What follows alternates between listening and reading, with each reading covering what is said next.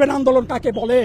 আন্দোলন এখনো দেখেন নাই, আন্দোলন দেখবেন। আমরা ছাত্র ইন্দুর যোগাইছি, আমাদের ইন্দুরও ছাত্র যোগাবে ইনশাল্লাহ, এতে কোনো অসুবিধা নাই।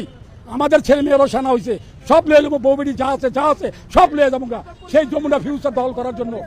আজকে বাংলাদেশের মধ্যে যেই চিন্তা ভাবনা করে আজকে দেশের মধ্যে ইন্দুর সরকার আজকে 1.5 বছর ধরে চালাইতেছে, আমরা দেখতেছি বাজার দর হিসাবে যে অবস্থা। আমাদের মালিক ভাইও বলেছিল যে 50,000 টাকার নিচে একটা ফ্যামিলি চলতে পারে না।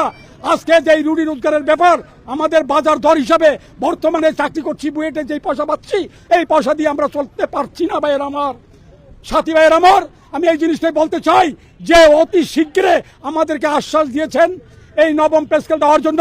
আমি জোর দাবি জানাচ্ছি ইন্নু সাহেব যেন নবম পে স্কেলটা জরুরি ভিত্তিতে আমাদেরকে দিয়ে দিলে আর আমরা শুক্রবারে আমরা যমুনা ফিউচার যে আমরা দখল করতে চাচ্ছি সেখানে আমরা যাব না। আমরা এই 2 দিনের মধ্যে চাই এই জিনিসটা সহি সালামতে আমরা যেন পেতে পারি সেই ব্যবস্থা করবেন। মিডিয়া সাংবাদিককে বলছি, আপনি ইন্নু সাহেবের লগে আলাপ আলোচনা করে আমাদের দুঃখের দুর্দশার কথাটা বলুন। আমরা ছোট্ট কর্মচারী, অথচ কর্মচারী এই বেতনে আমরা চলতে পারছি না। বিধায় আজকে আপনাদের সামনে বাধ্য হয়ে দাঁড়াইছি, এই কারণে দাঁড়াইছি দেওয়ালে পিঠ থেকে গেছে। যদি অতিরিক্ত করতে চান তাহলে বুঝতে পারবেন আমরা নির্বাচনের চিন্তা ভাবনা করি নেই, আমরা করেছি আগে পেটের দান্দা আবার ঠিক করেন। নির্বাচনে কিভাবে যাই দেখেন নির্বাচনে কিভাবে আমরা যাই। নির্বাচন যাব, আমাদের পেটের ধান্দা যদি আপনি ঠিক করতে পারেন আর আমাদের পেশকাটা দিয়ে দেন তাহলে আশা করি আমরা সবাই নির্বাচনে যোগ দিব। আমাদের ওই কর্মচারীরা অনেক মূল্যায়ন আছে, এই দেশের নাগরিক আমরা, আমাদের কোনো এরম অর্থ নাই, গাড়ি নাই, বাড়ি নাই, কিচ্ছু নাই, শুধু যেই বেতন পাই এই টাকা দিয়ে ছেলে পেলে নিয়ে কোনো রকম এদিকে 6-9 করে তারপরে আমরা এই পোলাপাই মানুষ করতেছি, খুব কষ্ট আছি ভাই, বলার মতন আর কিচ্ছু নাই।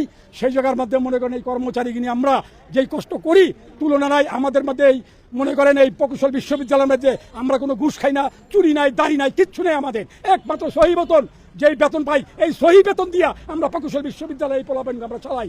আমাদের ছেলে মেয়ের সংসার আমরা এইভাবে চলতেছি, বহুত কষ্ট আছি, সেটা বলার মতন আর নাই। খালি চেহারার ডাইস দেখলে বুঝবেন না সে সুখী, কাপড়লতায় মনে করবেন না যে সুখী।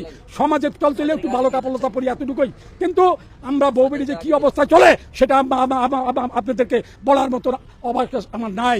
তাই আমি বলতে চাই 6 তারিখের আগে আমাদের গেজেটটা কিভাবে ইন্নু সাহেব দিবে ওনার কাছে আবদার করছি, উনি যেন আমাদের 6 তারিখে আমাদের গেজেটটা তাড়াতাড়ি দিয়ে দেয়।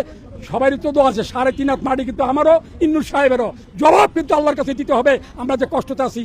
কাজেই আপনি তত্ত্বাবধায়ক সরকার গঠন করছেন, আপনার কথাই সবাই হয়েছে, আমাদের পে স্কেলটা যেন অতি তাড়াতাড়ি ইন্নু সাহেব দিয়ে দেয় এই হিসাবে আমরা ইন্দু স্যারকে সালাম জানাই। 6 তারিখের আগে আমাদেরকে দিলে আমরা মনে করি আমাদের গেজেটটা দিয়ে দেন, আমরা ইন্দু সাহেবকে আমরা সেলার জানাই। আর যদি না দেন তাহলে পুলিশও পাবে, বিডিআররা পাবে, আর্মিরা পাবে, সবাই পাবে। আমাদেরকে বাধা দিয়েন না। একটা কর্মচারী যদি মারা যায়, বাংলাদেশের মধ্যে ছাত্র যারা আইছে এই কর্মচারী কর্মকর্তা তার থেকে বেশি দেখাবে বলে বিশ্বাস করি। দেখবেন আন্দোলন কাকে বলে। আন্দোলন এখনো দেখেন নাই, আন্দোলন দেখবেন। আমরা ছাত্র ইন্দুর যোগাইছি, আমাদের ইন্দুরও ছাত্র যোগাবে ইনশাল্লাহ, এতে কোনো অসুবিধা নাই। আমাদের ছেলে মেয়েরও সেনা হয়েছে, সব লিয়ে নেবো, বৌবেড়ি যা আছে সব লিয়ে যাবো সেই যমুনা ফিউচার দখল করার জন্য।